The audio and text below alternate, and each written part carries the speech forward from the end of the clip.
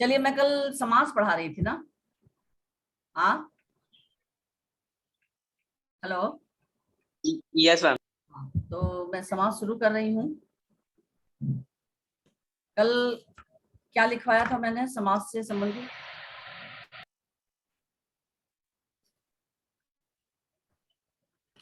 कल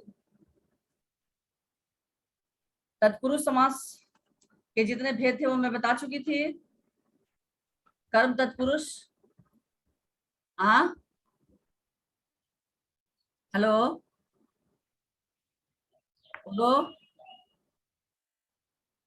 मेरी आवाज सुनाई दे रही है? हेलो। यस मैम, आप सुनाई दे रही है। तो कर्म तत्पुरुष कल मैं बता चुकी थी ना। तत्पुरुष समास के अंतर्गत कर्म तत्पुरुष कल मैं कहां तक लिखाई थी? यहां तक। इसमें कर्ता और संबोधन कारक को छोड़कर शेष कारक चिन्हों का प्रयोग होता है, जैसे कर्म कारक, करण कारक, संप्रदान कारक, अपादान कारक, संबंध कारक, अधिकरण, और इस समास में दूसरा पद प्रधान होता है। शायद कल मैंने यहीं तक लिखवाया था।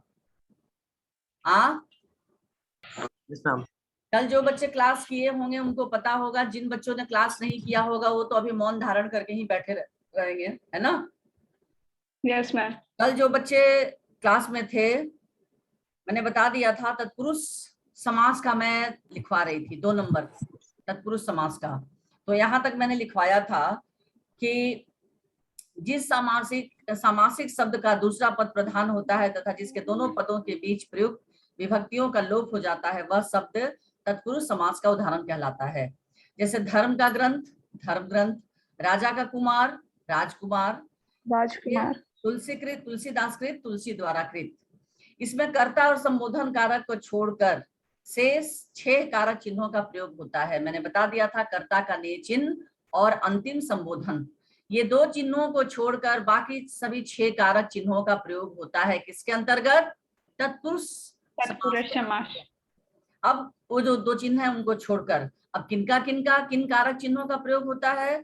कर्म कारक, करण कारक, संप्रदान कारक, अपादान कारक, संबंध कारक और अधिकरण कारक। इस समास में दूसरा पद प्रधान होता है। यहां तक कल मैंने समझा दिया था। अब चलिए आगे लिखिए, नेक्स्ट उसी कंटिन्यूएशन में आगे। विभक्तियों के आधार पर, विभक्तियों यानी ये जो कारक चिन्ह होते हैं उनको विभक्ति चिन्ह भी कहते हैं।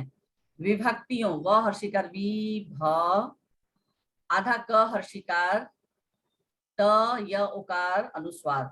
विभक्तियों के आधार पर तत्पुरुष समास के 6 उपभेद हैं। विभक्तियों के आधार पर तत्पुरुष समास के 6 उपभेद हैं। डैश 6 उपभेद हैं। अब वो 6 उपभेद उसमें लिखिए। पहला, कर्म तत्पुरुष।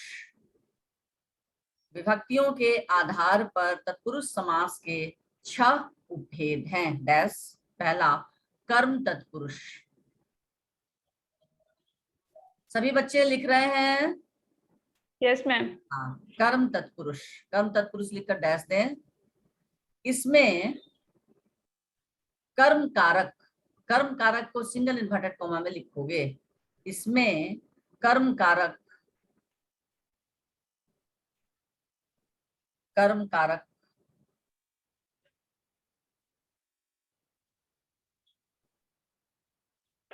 कर्म कारक की विभक्ति चिन्ह, इसमें कर्म कारक की विभक्ति चिन्ह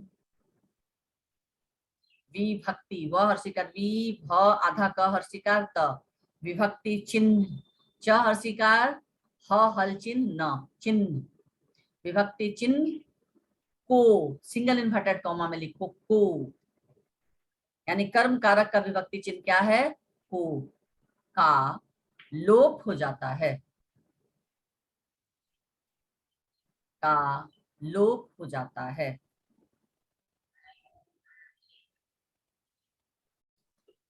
यानी कर्म कारक का विभक्ति चिन्ह है को, इसका लोप होता है कब? जब हम विग्रह को समस्त पद में बनाएंगे। तो अब समस्त पद लिखिए और विग्रह लिखिए। दो अलग अलग शब्द ये लिखिए, हेडिंग दीजिए। समस्त पद लेफ्ट साइड में लिखिए और राइट साइड में लिखिए विग्रह। ठीक है, बात समझ में आ रही है? समस्त पद और विग्रह। समस्त पद के नीचे लिखें यश प्राप्त। समस्त पद है, इसका विग्रह आप कैसे करेंगे? यश प्राप्त। उसका विग्रह क्या होगा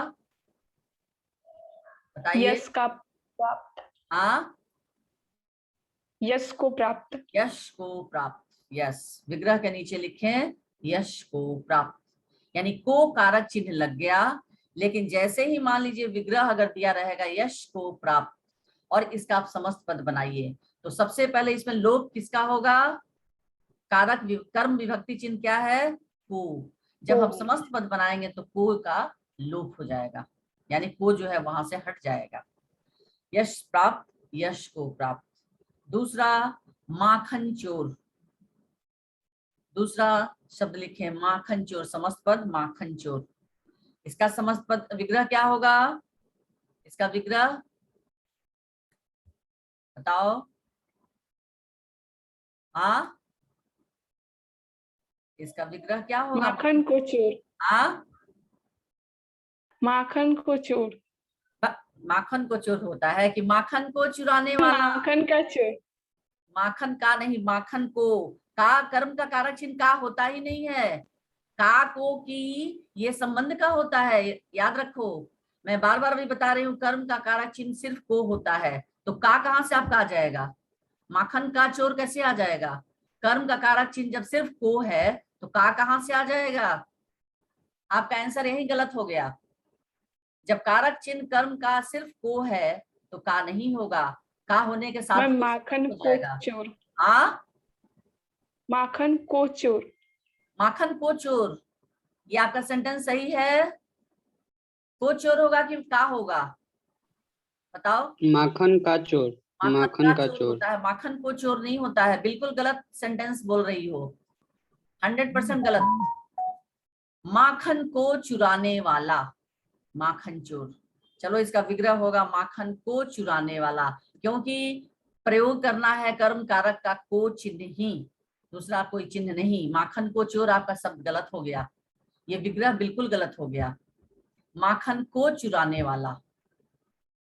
नेक्स्ट मतदाता। नेक्स्ट समस्त पद मतदाता। दिमाग के खिड़की दरवाजे खोल के रखें, ये व्याकरण है, इसको रट कर नहीं आप याद कर सकते हैं और एग्जाम में दे सकते हैं। इसको रट कर नहीं कर सकते हैं, समझ कर ही इसका समाधान आप कर सकते हैं। इसलिए बनावटी बातों को ध्यान में न रखें, नियम के तहत इसको समझें। जब कर्म का कारक चिन्ह को है तो को का ही प्रयोग करना है, और जब को का प्रयोग करेंगे तो शब्द भी जो है आपके विग्रह जो है वो सही होना चाहिए।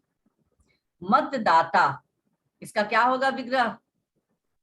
मत को देने वाला। मत को देने Yes. वाला। मत को देने वाला, इसका सही विग्रह होगा मत को देने वाला।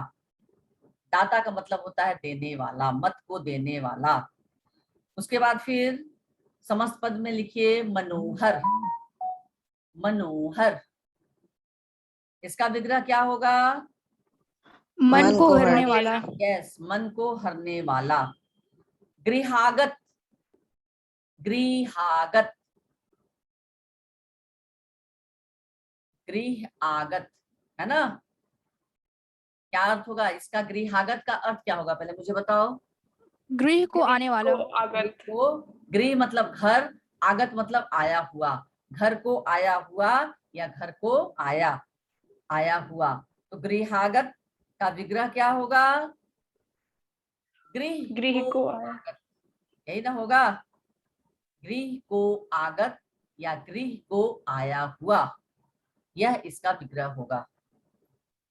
गृह को आगत या गृह को आया हुआ। नेक्स्ट है गिरहकट। ग हसी कर गिरहकट, गिरहकट। गिरहकट, गिरहकट किसको कहते हैं बच्चों?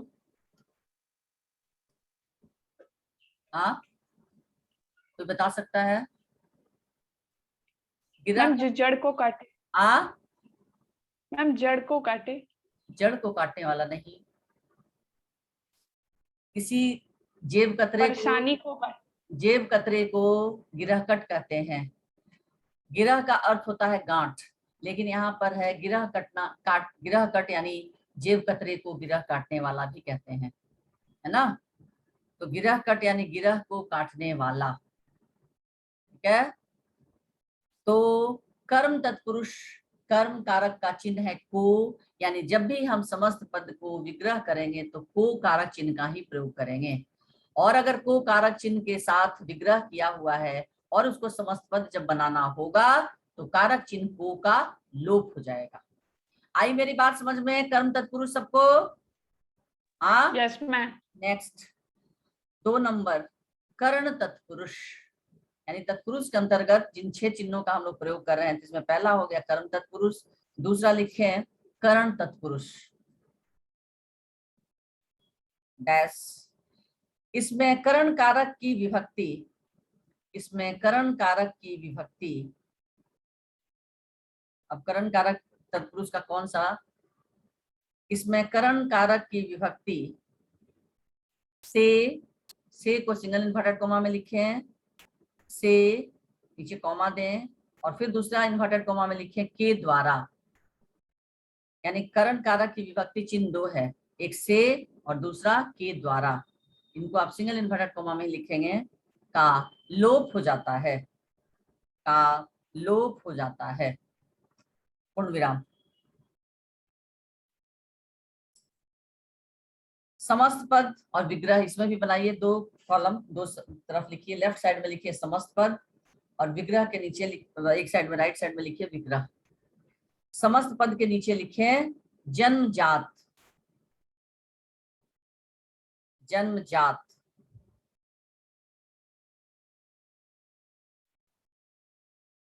इसका क्या होगा विग्रह, जन्म से उत्पन्न, यानी जन्म से उत्पन्न, जन्म से ही पैदा हुआ, जन्मजात।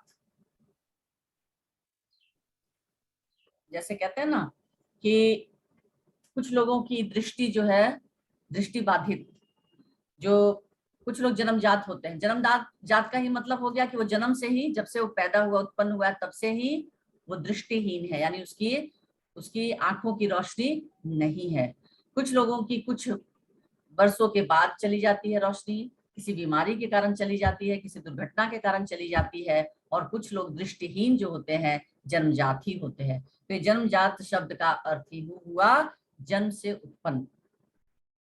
दूसरा गुणहीन, गुणहीन, इसका विग्रह क्या होगा बताइए? गुण से हीन, गुणों से हीन, यानी गुणों से हीन, यानी गुण जो है उसमें, गुण से वो हीन, यानी उसमें गुण की कोई जगह ही नहीं है। मन चाहा, मन चाहा, मन से चाहा, इसका विग्रह होगा मन से चाहा। मुंह मांगा, मुंह से मांगा, और मैंने बताया था कि करण कारक का चिन्ह से होता है और अपादान का भी कारक चिन्ह से होता है, लेकिन दोनों के भाव में अंतर है। करण कारक में साथ होने का भाव होता है और अपादान में अलग होने का भाव होता है, ये ध्यान रखेंगे। से और के द्वारा करण का कारक का चिन्ह है और अपादान में सिर्फ से है, और वो से जो होता है वो अलग होने का भाव होता है। पेड़ से पत्ता गिरता है या पेड़ से पत्ता टूट गया, यहाँ अलग होने का भाव है तो वो अपादान हो जाएगा, अपादान तत्पुरुष समास। और वह कलम से लिखता है, वह बस से घर जाता है, तो ये हो जाएगा आपका करण तत्पुरुष समास। तुलसी कृत, तुलसी द्वारा कृत यानी तुलसी द्वारा रचित, तो ये आपका हो जाएगा करण तत्पुरुष, क्योंकि इसका कारक चिन्ह क्या है? से और के द्वारा। समझ में आई बात?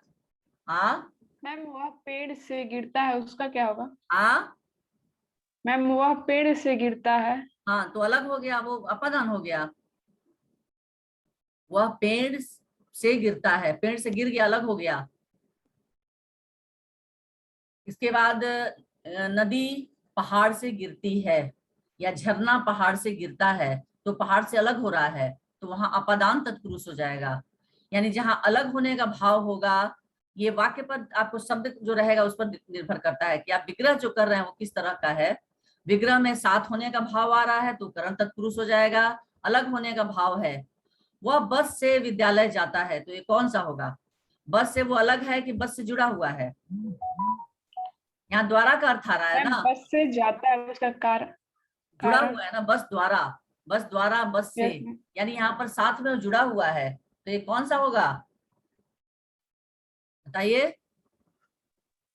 करण करण तत्पुरुष। तत्पुरुष। यानी कहीं भी जब जुड़ने का भाव आएगा तो समझ लीजिएगा आपकी वो द्वारा, वहां पर द्वारा अर्थ है उसका, बाई बस, यानी वहां द्वारा से। ठीक है, इस तरह से ये आपका हो गया करण तत्पुरुष। उसके बाद नेक्स्ट तीसरा लिखिए संप्रदान तत्पुरुष। संप्रदान तत्पुरुष, दंत स अनुस्वार प्र, यानी प में पदेन्द्र, दवा का दान, संप्रदान तत्पुरुष। इसमें लिखिए, इसमें संप्रदान कारक की विभक्ति, इसमें संप्रदान कारक की विभक्ति को सिंगल इन्वर्टेड कोमा में लिखिए, कॉमा, फिर सिंगल इन्वर्टेड कोमा में लिखिए के लिए, यानी दो कारक चिन्ह है को और के लिए,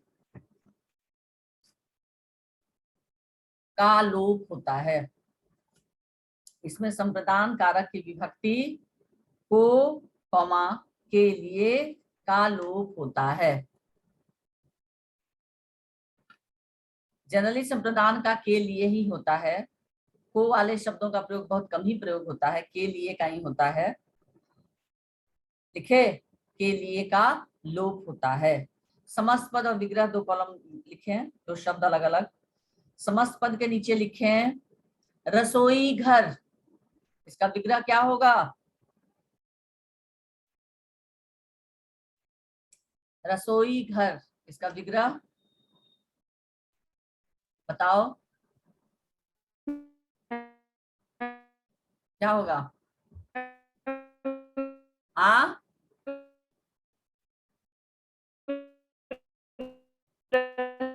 आवाज नहीं आ रही है। रसोई के लिए घर, रसोई के लिए घर, ठीक है, रसोई के लिए घर। सभा भवन, नेक्स्ट समस्त पद के नीचे लिखो सभा भवन, सभा के लिए भवन, सभा के लिए भवन। उसके बाद गुरु दक्षिणा, समस्त पद के नीचे लिखिए गुरु दक्षिणा, क्या होगा विग्रह? गुरु के लिए, गुरु दक्षिणा का क्या होगा? गुरु के लिए दक्षिणा। गुरु के लिए, हाँ, विग्रह क्या होगा? गुरु के लिए दक्षिणा। यस, गुरु के लिए दक्षिणा। इतनी धीमी गति में तुम लोग क्यों बोलते हो, धीमी आवाज में? गलत सही जो है उसको क्लियर बोलो। गुरु दक्षिणा, गुरु के लिए दक्षिणा। उसके बाद नेक्स्ट 4 नंबर अपादान तत्पुरुष, अपर पाद दान, अपादान तत्पुरुष। उसके बाद लिखिए डैश देकर, इसमें अपादान कारक की विभक्ति, इसमें अपादान कारक की विभक्ति, इसमें अपादान कारक की विभक्ति सिंगल इन्वर्टेड कोमा से, ब्रैकेट में लिख लो अलग होने का भाव, यानी अपादान का भी कारक चिन्ह से होता है लेकिन इसमें भाव होता है अलग होने का, और करण में भाव होता है साथ होने का। वहां जहां तुम लोग करण लिखे हो वहां पर ब्रैकेट में लिख लो 2 नंबर में जहां लिखे हो ना साथ होने का भाव, और यहाँ लिख लो अपादान तत्पुरुष के अंतर्गत इसमें अपादान कारक की विभक्ति से ब्रैकेट में अलग होने का भाव का लोप होता है, का लोप होता है, पूर्ण विराम। लिख लिए सब लोग? इसमें अपादान कारक की विभक्ति से ब्रैकेट में अलग होने का भाव का लोप होता है। हाँ वरना कुछ तो बोलो। मैं Yes, हवा ma'am. से बातें तो नहीं कर रही हूँ ना। Yes ma'am. समस्त पद और विग्रह, समस्त पद के नीचे लिखिए पाप मुक्त, पाप मुक्त। समस्त पद के नीचे लिखो पाप मुक्त। विग्रह क्या होगा? विग्रह पाप से मुक्त, यानी पाप से वो अलग हो पाप से मुक्त। गया, पाप से मुक्त।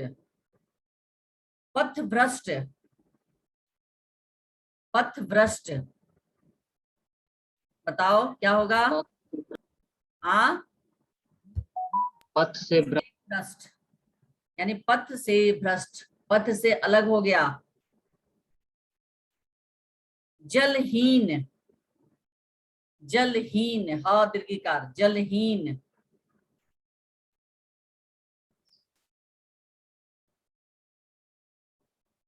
जलहीन, जल से हीन। देश निकाला, जल से ही देश से निकाल दिया गया। क्या होगा? विग्रह देश से निकाला, यानी अलग हो गया। देश से निकाल Yes, दिया ma'am. गया, यानी देश से अलग हो गया, देश निकाला। हो गया। नेक्स्ट 5 नंबर, संबंध तत्पुरुष। दंत स अनुस्वार ब अनुस्वार ध, संबंध तत्पुरुष, संबंध तत्पुरुष लिखो डैश देकर। इसमें संबंध कारक की, इसमें संबंध कारक की विभक्ति, यानी संबंध कारक के कौन कौन सी विभक्ति है वो लिखना है।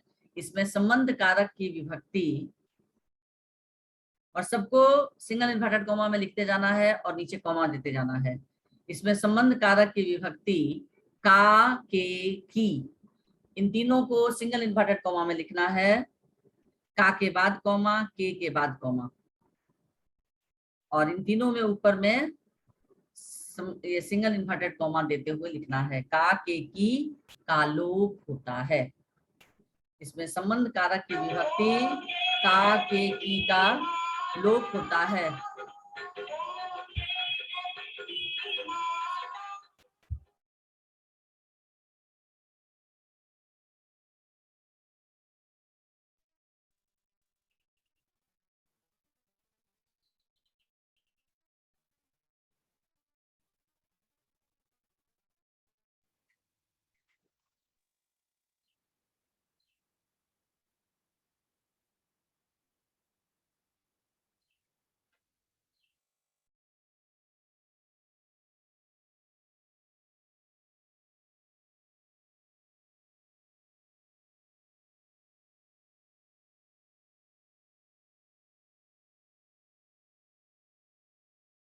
हेलो, लिखे बच्चों? Yes ma'am. Yes ma'am, mute हो गया था आपका माइक। इसमें संबंध कारक की विभक्ति का, के, की का लोप होता है। समस्त पद और विग्रह, समस्त पद के नीचे लिखो जलयान। इसमें संबंध कारक की विभक्ति का, के, की का लोप होता है। समस्त पद के नीचे लिखो जलयान। इसका विग्रह क्या होगा? जल का यान। जल का यान। दूसरा उसके बाद लिखो सेनापति।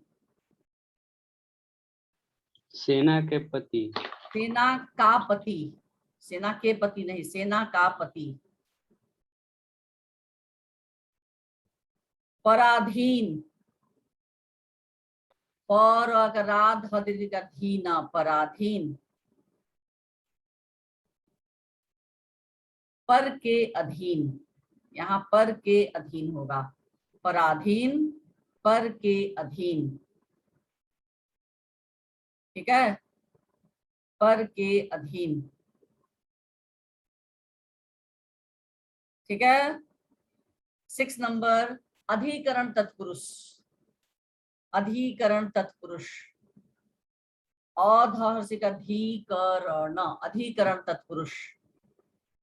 देखिए इसमें अधिकरण कारक की विभक्ति, इसमें अधिकरण कारक की विभक्ति, इसमें अधिकरण कारक की विभक्ति में पर, में को भी inverted comma, single inverted comma और फिर कॉमा देकर फिर पर को सिंगल इन्वर्टेड कॉमा। इसमें अधिकरण कारक की विभक्ति में पर का लोप होता है। इसमें अधिकरण कारक की विभक्ति में पर का लोप होता है। ठीक है, पूर्णविराम। फिर समस्त पद और विग्रह लिखिए। समस्त पद के नीचे लिखिए शरणागत, शरणागत, समस्त पद में शरणागत। इसका विग्रह होगा शरण में आया, आगत, शरण में आगत। इसका कारक का चिन्ह होगा में। आनंद मग्न, आनंद मग्न, आनंद में मग्न, आनंद में मग्न। उसके बाद आप बीती, आप बीती, ब दीर्घिकार त दीर्घिकार, आप बीती, आप पर बीती, आप बीती, आप पर बीती। ठीक है, यस मैम। तो ये में और पर का इसमें लोप हो जाएगा। तो ये 6 कारक चिन्ह जो है मैंने बता दिया आप लोगों को, और ये तत्पुरुष के अंतर्गत होंगे। यानी कर्म का कारक चिन्ह को इसका प्रयोग करेंगे तो कर्म तत्पुरुष। अब उसके बाद करण का कारक चिन्ह का प्रयोग करेंगे तो करण तत्पुरुष लिखेंगे। करण कारक का चिन्ह है से और द्वारा, उसका प्रयोग करेंगे तो करण का तत्पुरुष समास लिखेंगे। संप्रदान कारक चिन्ह है को और के लिए, इसका प्रयोग करेंगे तो आप लिखेंगे संप्रदान तत्पुरुष, क्योंकि इस 6 चिन्हों का प्रयोग तत्पुरुष के अंतर्गत होता है। अपादान लिखेंगे तो अपादान तत्पुरुष, अगर उसका अपादान के चिन्ह का प्रयोग करते हैं। संबंध के कारक चिन्हों का प्रयोग करेंगे तब आप काके की का प्रयोग करेंगे तो संबंध तत्पुरुष। और अधिकरण का होता है में और पर, है ना, तो में और पर का प्रयोग करेंगे तो अधिकरण तत्पुरुष। तो ये आपका हो गया समास। पहला हो गया अव्ययी भाव समास, दूसरा हो गया तत्पुरुष समास, और तीसरा अब लिखिए कर्मधारय समास। तीसरा समास है जिसका नाम है कर्मधारय। क म पर रेफ, ध का धारय, कर्मधारय समास। डैश देकर लिखिए इसके बारे में। जिस सामासिक शब्द का, जिस सामासिक, सामासिक दंत सहस्रीकार क, जिस सामासिक शब्द का उत्तर पद प्रधान होता है, जिस सामासिक शब्द का उत्तर पद प्रधान होता है, कौमा,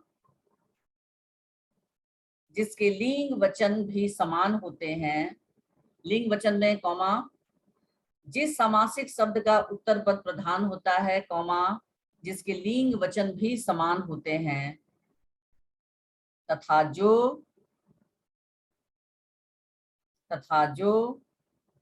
सामासिक शब्द, तथा जो सामासिक शब्द विशेषण विशेष से और, तथा जो सामासिक शब्द विशेषण विशेष से और उपमेय उपमान से मिलकर बनते हैं, तथा जो सामासिक शब्द विशेषण विशेष में योजक चिन्ह दोगे और उपमेय उपमान इसमें भी योजक चिन्ह दोगे, उपमेय उपमान से मिलकर बनते हैं, कौमा, वे कर्मधारय समास के उदाहरण कहलाते हैं।